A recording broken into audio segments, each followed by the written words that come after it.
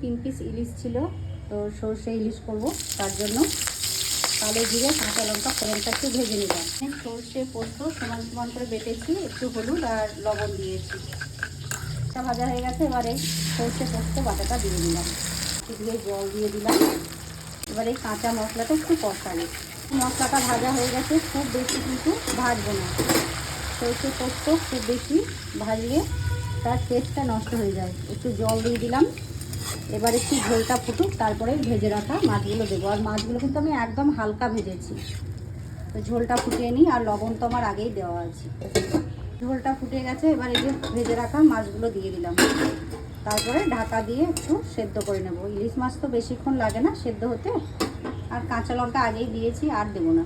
একটু ঢাকা দিয়ে দিলাম। করব এই যে মুড়ো ঘন্ট বা মুড়ি ঘন্ট।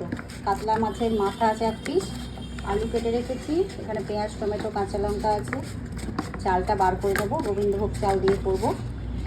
দেখো ঢাকাটা খুলে দিলাম, মাছটা সেদ্ধ হয়ে গেছে। এবার একটু কাঁচা সরষের তেল দিয়ে দিলাম। এতে কিন্তু ইলিশ মাছের টেস্টটা দারুণ বেড়ে যায়, খেতে দারুণ লাগে। কাঁচা তেল দিয়ে মিশিয়ে নিলাম। আমার ইলিশ মাছের সরষে পোস্ত হয়ে গেছে, গ্যাসটা অফ করে দিলাম। এবার একটু ঢাকা দিয়ে তারপরে অন্য পাত্রে তুলে রাখবো। তো কিছুক্ষণ ঢাকা দিয়ে রেখেছিলাম, কত সুন্দর কালারটা এসেছে দেখো। এবার এই পাত্রে আমি তুলে নেব।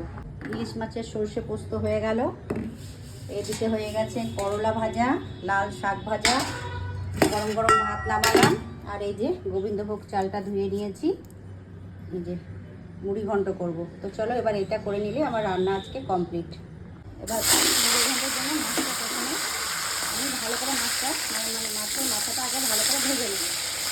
মাছের মাথাটা এদিকে ভাজা হয়ে গেছে, আর এদিকে আলুটা প্রথমে আমি লবণ হলুদ দিয়ে ভালো করে ভেজে নিলাম। এবার আলুটা তুলে নেব।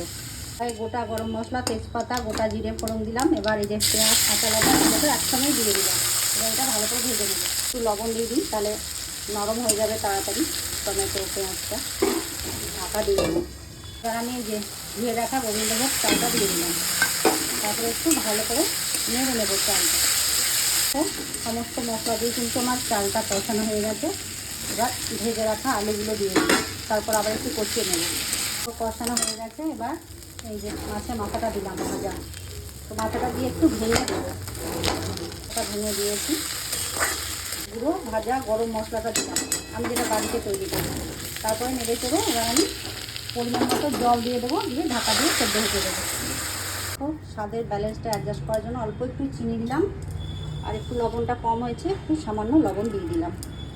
এবার ঢাকা দিয়ে সেদ্ধ হতে দেবো। তো দেখো মনে হয় সেদ্ধ হয়ে গেছে। এই যে আলু ভালোভাবে সেদ্ধ হয়ে গেছে। তো নামানোর আগে এই যে ঘি নিয়েছি 1 চামচ মতো, পুরো ঘিটাই আমি দিয়ে দেবো। ঘিটা দিয়ে নেড়ে চেড়ে এবার ভালো করে মিশিয়ে নিয়ে গ্যাসটা অফ করে নামিয়ে নেব। এখন তৈরি হয়ে গেল আমার মুড়ো ঘন্ট, গোবিন্দভোগ চাল আর কাতলা মাছের মাথা দিয়ে। কেমন লাগলো রেসিপিটা বন্ধুরা জানাবে কিন্তু। তো চলো অন্য পাত্রে তুলে নিই।